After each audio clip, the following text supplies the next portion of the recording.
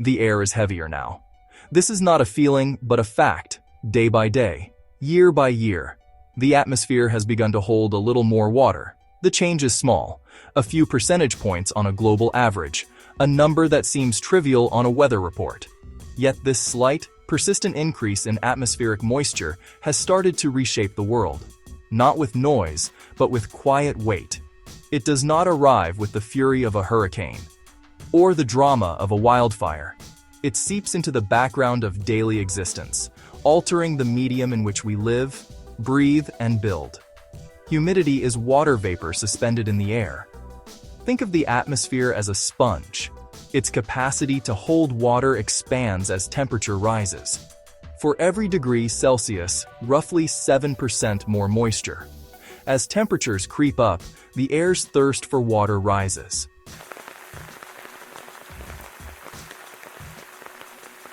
It doesn't mean it rains everywhere more often. It means ambient air on a calm Tuesday morning or a still summer evening is a bit wetter than before. The consequences are systemic, not singular. Not grand disasters, but small, accumulating stresses. Sweat evaporates differently on a hot day. Power plant cooling towers lose a bit of efficiency. Each is a tiny data point, an annoyance, or a small new cost. The heavier air presses down on our health, on our infrastructure, on our food systems and economies, quiet, constant, distributed. The first changes are subtle, the later ones are not. The world still functions, just differently. The first system to register the change is the weather itself. A small, persistent rise in humidity alters the texture of our daily climate. It makes the air feel heavier, thicker. After sunset, cooling is sluggish. Warmth lingers into the evening, trapped by a blanket of water vapor. Nights bring less relief. In cities, this compounds the heat island effect. Moisture changes precipitation character. Not more rain everywhere, but more raw material when storms form. A wetter sponge yields more with less push. Expect more drizzle, mist, and persistent fog, especially near coasts. Thunderstorms feed on warm, moist air. Extra vapor adds latent heat. Downpours become heavier and more concentrated. A 1-inch event becomes 1.5.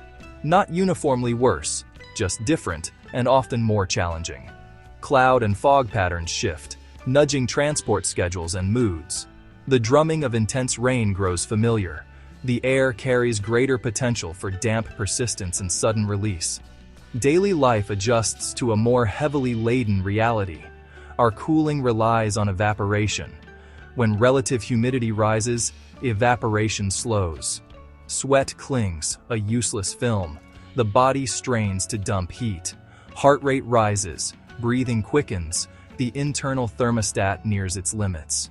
A day once merely hot now feels dangerously oppressive.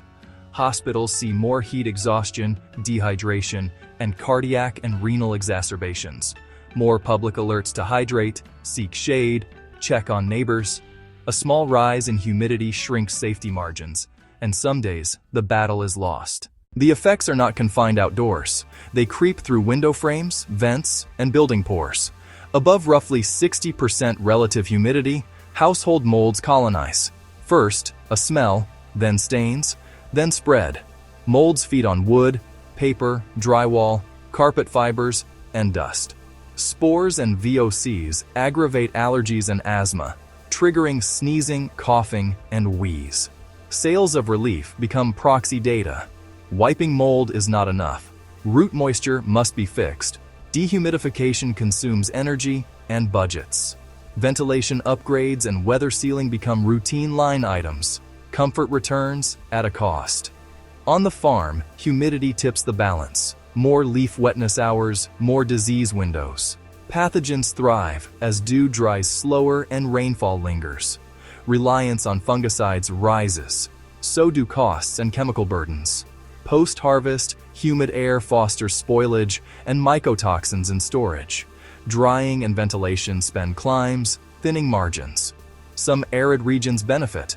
Lower evapotranspiration can modestly ease drought stress. But for staples, disease pressure and storage risk dominate.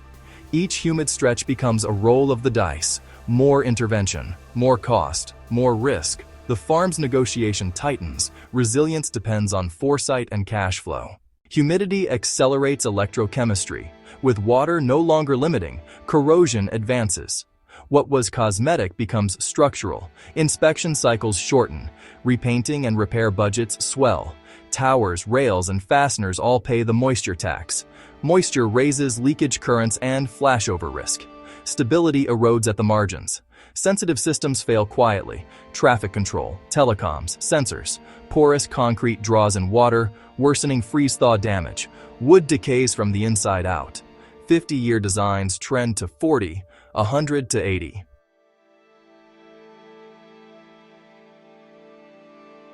The bill arrives as thousands of small invoices. Procurement stretches.